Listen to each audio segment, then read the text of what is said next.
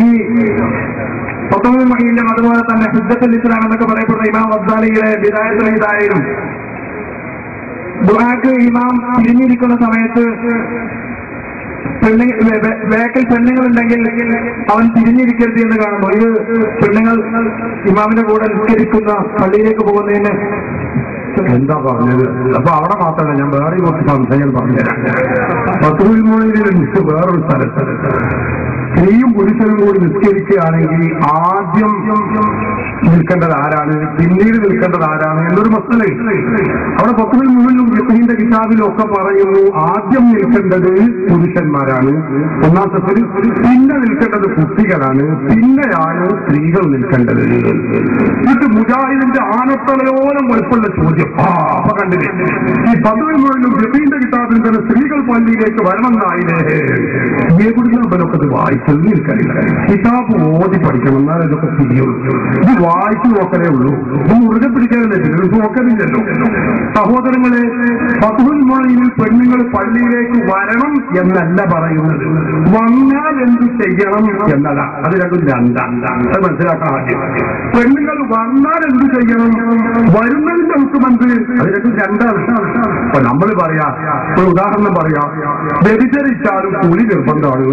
അപ്പൊ അതിന്റെ അർത്ഥം ഒരു മൗലവി കിട്ടിയാൽ അപ്പൊ ഒരുപാട് കാര്യം മനസ്സിലായല്ലോ. കുളി നിർബന്ധമാവണമെങ്കിൽ വ്യഭിചാരം സുന്നത്തെങ്കിലും ആകണമല്ലോ എന്ന് ഒരാൾ ചിന്തിച്ചാൽ ഓനെ എന്താ നമ്മൾ വിളിക്കാം? എന്തൊരു കർച്ചാണ് അത്. ആ കർമ്മം അതിന്റെ ഹുക്കുമൊന്ന് വേറെ, ഇതിന്റെ ഹുക്കുമൊന്ന് വേറെ. ഇതാണ് പറയുന്നത്. അതുകൊണ്ടല്ലേ അല്ലാമ ഹസൻ ശറംബിലാലി തന്റെ മറാഖി ഫലാഹ് എന്ന ഗ്രന്ഥത്തിന്റെ 190-ാമത്തെ പേജിൽ പറഞ്ഞു, ആദ്യം സ്ത്രീകൾ നിൽക്കണം, അവർ പിന്നെ പുരുഷന്മാർ, ആദ്യം പുരുഷന്മാർ പിന്നെ സ്ത്രീകൾ എന്നൊക്കെ പറഞ്ഞിടത്ത് മഹാന്മാര് രേഖപ്പെടുത്തി ഐ ഇൻ ഹദർന, അതായത് സ്ത്രീകൾ വന്നാലാണ് പറഞ്ഞത്, വരണം എന്നല്ല. ഇല്ല മണ്ണുകാട്ടുന്നത് ഹുറൂജി, പണ്ഡിതന്മാർ കിതാബിലൊക്കെ എഴുതി വെച്ചിട്ടുണ്ട്. വന്നാലാണെന്ന് ഞാൻ പറയാനുള്ള കാരണം എന്താ, പെണ്ണുങ്ങൾക്ക് വരാൻ പാടില്ലല്ലോ. ഫിഖ്ഹിന്റെ കിതാബിൽ തന്നെ കാണുന്ന യാഥാർത്ഥ്യം. ഫിഖ്ഹിന്റെ കിതാബിൽ നിങ്ങൾക്കറിയാമോ, വേറെ ഒരു മസല, ഞാൻ വേറെ ഉദാഹരണം കൂടി പറയാം, വേഗം പെട്ടെന്ന് തിരിയാൻ. ചർച്ച ചെയ്യുന്ന ഒരു മസല എന്താ, തുണു മുറിയുന്ന ഒരു മസല ചർച്ച ചെയ്തെടുത്ത് ഫുഖഹാവ് പറഞ്ഞു, കർമ്മശാസ്ത്ര പണ്ഡിതന്മാർ പറഞ്ഞിട്ടുണ്ട്, ലിംഗ തൊട്ടാ ഒന്ന് മുറിയും. ഫിഖ്ഹിന്റെ കിതാബിന്റെ പ്രത്യേകത അതാണ്, എല്ലാ വിഷയങ്ങളും ആഴത്തിൽ ഇറങ്ങിക്കൊണ്ട് ഈ അപഗ്രഥനം നടത്തുന്ന ശൈലിയാണ് കർമ്മശാസ്ത്ര ഗ്രന്ഥങ്ങളിലുള്ളത്. മുജാഹിദുകൾ പലപ്പോഴും നിങ്ങളെ ഫിഖ്ഹിന്റെ കിതാബിൽ അങ്ങനെ എങ്ങനെയാണ്. പണ്ട് മുജാഹിദിനോട് ഒരു ഗണന പ്രസംഗം നടത്തപ്പോ മുജാഹിദൊക്കെ പറഞ്ഞു, നിങ്ങളെ ഫിഖ്ഹിന്റെ കിതാബിലുള്ള ഞങ്ങൾക്ക് അറിഞ്ഞൂടെ, പള്ളിന്റെ ഉള്ളിൽ മരം മുളച്ചാൽ അതിന്റെ മേൽ ഈത്തിക്കാത്തിരുന്നാൽ പറ്റുവേ എന്ന വിഷയമാണ് നിങ്ങൾ ചർച്ച ചെയ്യണത്. അപ്പൊ നമ്മൾ പറഞ്ഞു ശരി തന്നെ, ഞങ്ങളെ കിതാബിലെ ചർച്ച ചെയ്യുന്നത് അതൊരു ന്യൂനതയാണോ? അത് ന്യൂനതയാണെങ്കിൽ ഞങ്ങൾ ചോദിച്ചോട്ടെ, മുജാഹിദ് പള്ളിന്റെ ഉള്ളിൽ ഒരു മരം മുളച്ചാൽ എന്താ കാട്ടുക?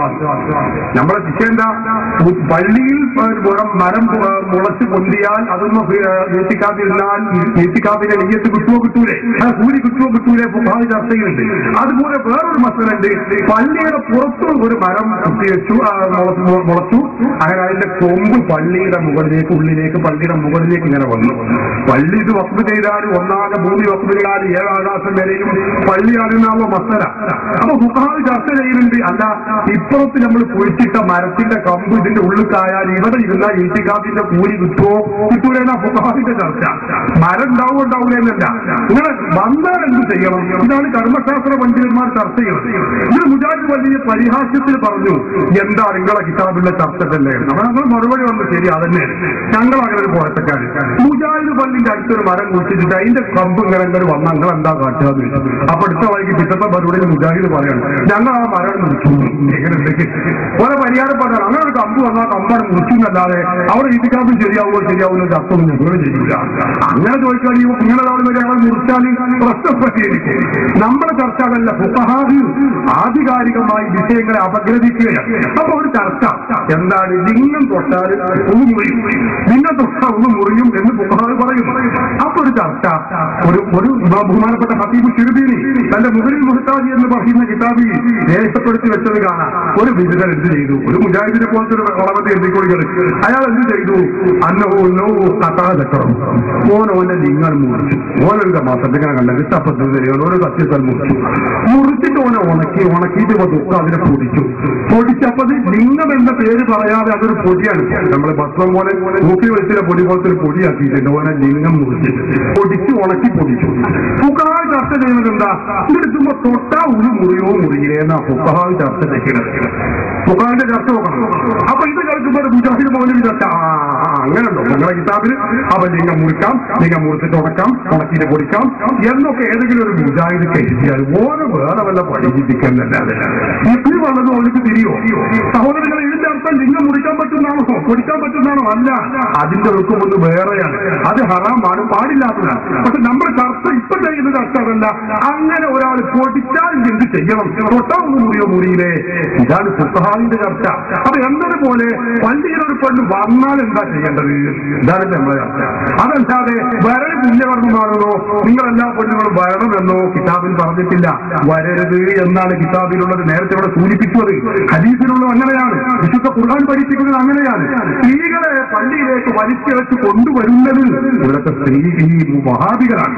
അത് മാത്രം ഞാനിപ്പോ ഏതാനും ഒരു സാധാരണമായ ഒരു കാര്യം കൂടി ഓർമ്മപ്പെടുത്താം. മുജാഹിദ് ഇപ്പൊ സ്ത്രീകളെ പള്ളിയിലേക്ക് കൊണ്ടുപോകണം എന്നൊക്കെ വാദിച്ച് അവിടുന്നൊക്കെ പുസ്തകങ്ങൾ അതിന്റെ ഒപ്പം ഏറ്റവും ലേറ്റസ്റ്റ് പത്തുവ ഞാൻ വായിക്കാം.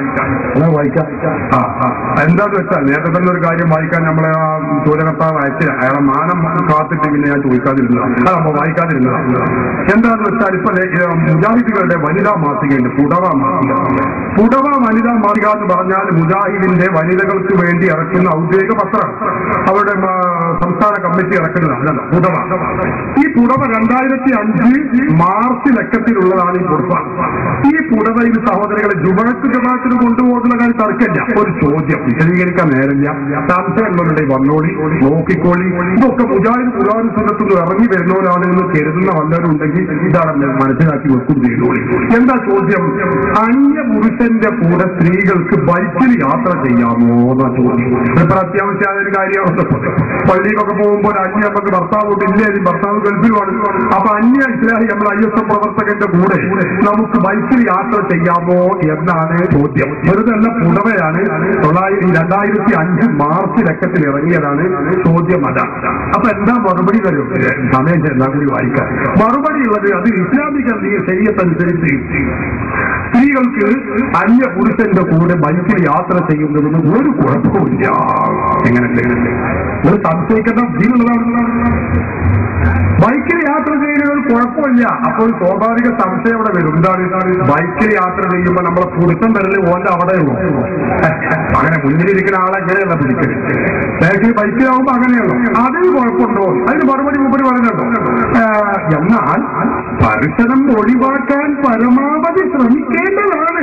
ഈ തൊട്ടാൽ തൊട്ടിന് കുഴപ്പമൊന്നുമില്ല. തൊടാതിരിക്കാനാണ് സമയം. തൊട്ടിന് അവരെ കാര്യമൊക്കൊന്നും പണ്ട.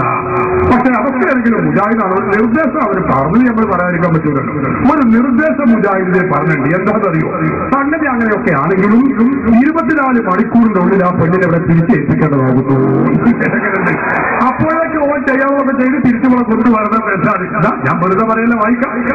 നോക്കൂ നിങ്ങൾ. എന്നാൽ പിന്നെ ഒരു രാത്രിയും പകലും ദീർഘമാവാത്ത യാത്ര ചെയ്യുന്നത് നിഷിദ്ധമാണെന്ന് പറയാൻ വ്യക്തമായ യാതൊരു തെളിവില്ല. അപ്പൊ 24 മണിക്കൂറിനുള്ളിൽ ഓളവിടെ കൊണ്ടെത്തിച്ചേരണം. അത് കുഴപ്പമൊന്നുമില്ല. പരിസരത്തോടാണ് ഒഴിവാക്കാൻ ശ്രദ്ധിക്കാൻ പുതുക്കാവും കാര്യമാക്കണ്ടാണ്. ഇത് ഏത് ഖുർആനാണ്? ഏത് സുന്നത്താണ്? ഈ മുസ്ലിമീങ്ങൾ എന്ന് പറയുന്ന ആളുകളെ ഈ വഹാബികൾ എങ്ങോട്ടാണ് നയിച്ചുകൊണ്ടിരിക്കുന്നത്? ബുദ്ധിയുള്ള ആളുകൾ ചിന്തിക്കേണ്ടതല്ലേ സഹോദരങ്ങളെ? ഖുർആനിന്റെയും സുന്നത്തിന്റെയും പേരിൽ കളവ് പറയുക, അതിനിവിടെ പ്രമാണമാക്കിയിട്ടുള്ളത് തനിച്ച ശുദ്ധ അസംബന്ധമാണ്. പച്ച കളവ് എഴുതി പൗതി കട്ടുവെച്ച് സഹോദരങ്ങളെ ഖുർആനിന്റെയും സുന്നത്തിന്റെയും പേരിൽ ഭൂമ്യാധ്യാനിക്കുകയും കളവ് പറയുകയും ചെയ്തുകൊണ്ടാണ് മുജാഹിദുകൾ ഇവിടെ നടത്തിയിട്ടുള്ളത്. നിഷേധിക്കാൻ കഴിയുന്നവർ കടന്നു വരട്ടെ, ആർക്കും കടന്നു വരാം. ഞങ്ങളുടെ മുഖാമുഖത്തിന്റെ പ്രത്യേകതയാണ്. പുറത്തുനിന്നിട്ട് ഇങ്ങനെ അവിടെ അങ്ങോട്ടും ഇങ്ങോട്ടും തുല്യവനെ ചോദിക്കരുത് എന്ന് പറഞ്ഞു ആരും വീമ്പളക്കണ്ട. ആർക്കും ഇതിലേക്ക് കടന്നു വരാം. കടന്നു വരുന്ന ചോദ്യവും ജവാബും ഇങ്ങനെ നടക്കുമ്പോൾ കാണാൻ കാര്യങ്ങൾ ഇങ്ങനെ ഉരുത്തിരിഞ്ഞു വരും. മുതിഞ്ഞാന്ന് ഞങ്ങൾ ഓർക്കുകയാണ്. ഇല്ലാന്നല്ലേ വ്യാഴാഴ്ച ഞങ്ങൾ പയ്യോളിയിൽ മുഖാമുഖം നടത്തിക്കൊണ്ടിരിക്കുകയാണ്. ഞാൻ തീരെ അവസ്ഥരായിരുന്നു, അസുഖബാധിതരായി. ഏതായാലും മുഖമുഖ നില സ്ട്രോങ് ആയപ്പോ പനിയൊക്കെ അങ്ങനെ പോകുന്നുണ്ട്. പരിപാടി അങ്ങനെ നടന്നപ്പോൾ ഒരു മൗലവി, ഫൈസൽ മൗലവി എന്ന് പറയുന്ന ഒരു മൗലവി ചോദിച്ചുകൊണ്ടിരിക്കുകയാണ്. അപ്പൊ ഇസ്തിഹാസയെ കുറിച്ചാണ് ഇങ്ങനെ ചോദിച്ചു. 4-5 ചോദ്യങ്ങളും ജവാബും ഞങ്ങൾ ഇങ്ങനെ നടന്നപ്പോ ജനങ്ങൾക്ക് എല്ലാവർക്കും വേറെ കാര്യം തിരിഞ്ഞു. എഞ്ഞപ്പോ വലിയൊരു മൗലവി, ഇത്ര താടിയുള്ള ഒരു മൗലവി, പേരൊന്നും ഇപ്പൊ ഞാൻ പറയുന്നില്ല. ആ മൗലവിന്റെ അവിടെ ഇങ്ങനെ ഇറങ്ങി ഇങ്ങനെ വന്നിട്ട് പൈസ ഇങ്ങോട്ട് പോന്നാ ഇങ്ങോട്ട് പോന്നാന്ന് പറഞ്ഞിട്ട് ഈ ചോദ്യകർത്താവിനെ വിളിച്ച് ആ ജനനിബിഡമായ ആയിരക്കണക്കിന് ആളുകൾ സംബന്ധിച്ച ആ തത്വ പിടിച്ചു വലിച്ചതുകൊണ്ട് എന്താ കാരണം എന്നറിയോ നിങ്ങൾക്ക്? ഈ ചോദ്യവും ഉത്തരവും കുറച്ചേറെ കൂടി ഇങ്ങനെ നടന്നാല് പയ്യോളിയിൽ പിന്നെ വഹാബീസ് അപകടക്കേണ്ടി വരുന്നവർക്ക് അറിയാം. അതാണ് ഇതിന്റെ കാരണം. വഹാബീസ് അത്രമേൽ ദുർബലമാണ് പ്രാമാണികമായി ചിന്തിച്ചാൽ. പിന്നെ അത് ജീവിക്കുന്നത് എങ്ങനെ? ഈ പ്രാർത്ഥന, വിളിച്ചു പ്രാർത്ഥന, 2 സ്ക്രീന്, പിന്നെ തൊഴിൽ രഹിതരായ കുറച്ച് മൗലവിമാർ, ഇതുകൊണ്ട് നിങ്ങൾ നിലനിന്ന് പോവുകയാണ്.